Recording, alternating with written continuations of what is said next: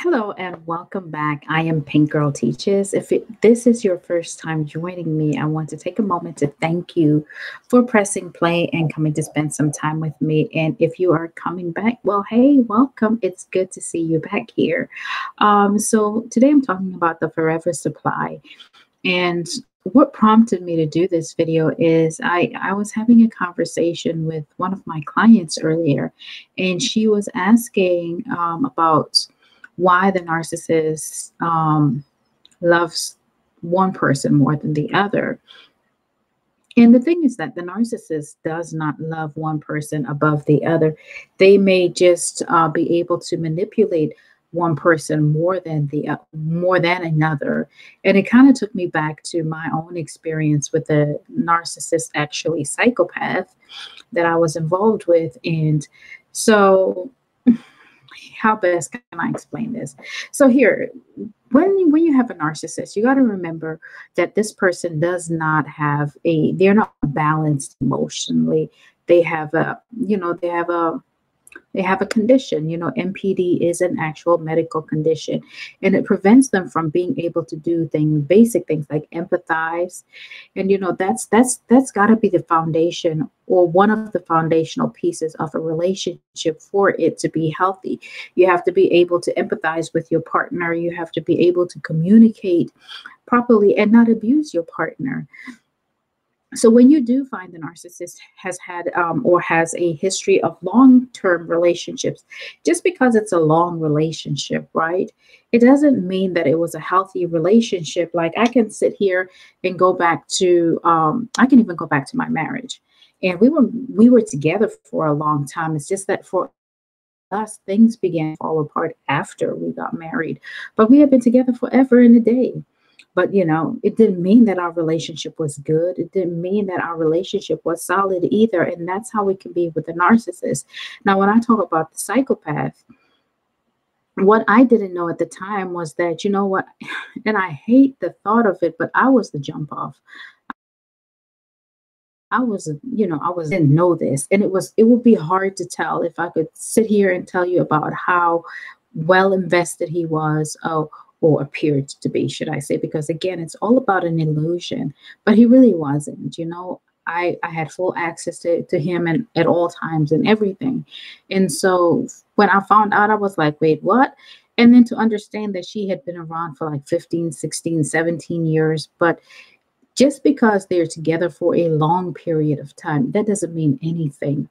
You want to be sure that you have a healthy relationship. You want to be sure that it's a fulfilling and it's a rewarding relationship. When I go back and think about the one I just mentioned, he had 2 kids on her that are known of. Okay. So that can be, all that great. And so again, longevity doesn't mean anything.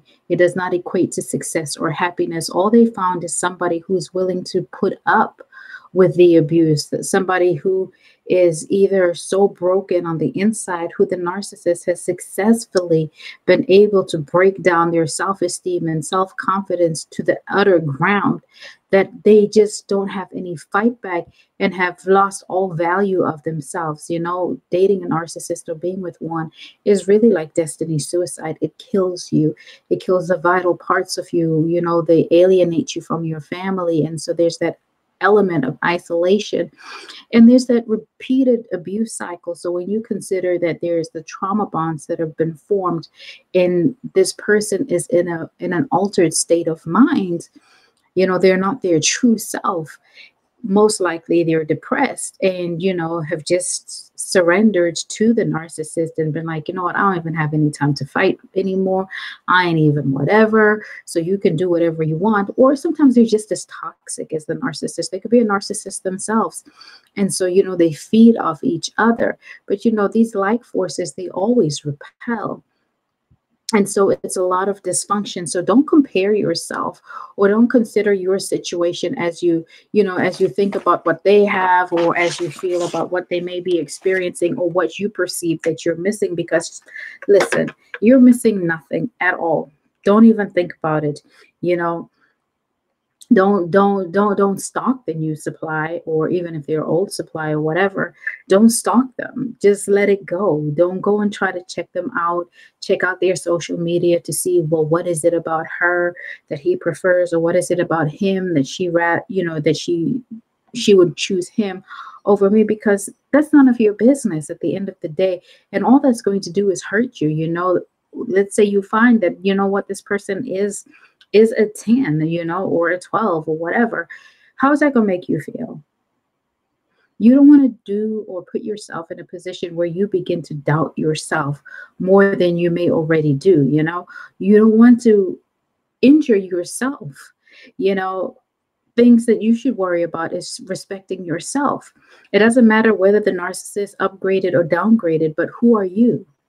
You know, and sometimes a person may only, and if we actually think about it, like if they're just like, if we reduce it to external appearances as over what is inside the person, which is what matters. Do they have any integrity? What is their personal constitution like? Those are the questions, and for the most part, we won't know because you don't get to know that person. And why would you want to know them anyhow? But focus on yourself, have some great personal boundaries, be mature about everything, be responsible, because those are things that, those things can't be traded. And a lot of times when the person is sticking with the narcissist, they are, there's elements of immaturity, irresponsibility, um, lack of purpose, lack of vision. Their personal constitution is low or non-existent, and so they don't even compare to you. So don't do this. Don't do this, and don't engage in that thought process. Focus on yourself and hold yourself in high esteem. The narcissist chose you to inflict this manipulation or this abuse on for a specific reason. There are qualities in you that they admired. Don't focus on the narcissist, but think about it, like you have a lot of great qualities, not just what they wanted, but there's so much more. So dive deeper in your own journey and discover yourself. Find out, what are the things that I like, what are the things that that I ignored here, that if I had paid more attention to, I wouldn't have ended up here.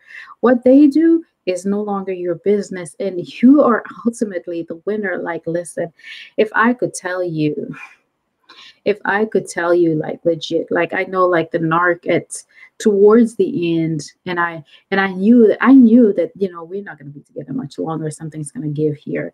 He would start talking about this person that he had dated however many years prior, and he had been mentioning her name quite frequently. So I kind of was like, okay, something's up here. But that was just him trying to make me jealous over her. But you can't do that. She's her own person and I'm my own person. And I'm thankful that I didn't allow that to, sidetrack me, because I'd have gone crazy. I would have lost my everlasting mind trying to be her, or trying to figure out how I can, change me to fit him. No, let's change the person. Get rid of them, because they don't deserve you. So I don't want you to think about that just because, they have more tenure in a relationship, that relationship is more superior to what you had. No, you know who they are. You've seen them without the mask. And so you know the truth. And here's another thought, like if they've been in a long-term relationship with a narcissist, think about how many devaluation cycles they've been through, as well as discards. How many times they've been sat on the shelf and recycled. Think about how many other partners have come and gone, and they've stayed in that position. Look, there's nothing to be admired about a forever supply. That is just who the narcissist has been able to manipulate for an extended period of time and walk over them. I want to leave you with this thought. You're not a doormat. You don't deserve that. Your thoughts are far more superior than the narcissist could ever be. Yeah, they may be smart, but you are smarter than that. And you don't have to tolerate that. You don't have to settle. You don't have to downplay your qualities. You deserve somebody who is on your level, that can also pull out or bring out the best in you. Let the narcissist go. Don't consume your mind with them. And when you do find yourself feeling, something about them, okay, embrace it for what it is for that moment, but then move on. Don't dwell there. You have so much more in store for you. I promise you. Do the work on yourself. Strengthen those boundaries, love yourself, surround yourself with people who love and support you, who can speak into your future as well as into where you currently are, and will allow you to grieve without telling you just get over it, because that was so difficult for me when somebody said just get over it. Like I'm like, do you understand what I've been through? It's like nothing I'd ever experienced before. But look, she's here. She's smiling. She's living, she's breathing, and she's done so much more since then. So, no. And one of the people who love to come on these channels, the narcissists.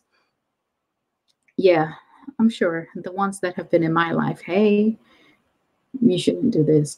But like, I'm just saying, like, they love to come and watch this. And then, why are you talking about me? Like, why are you stalking me?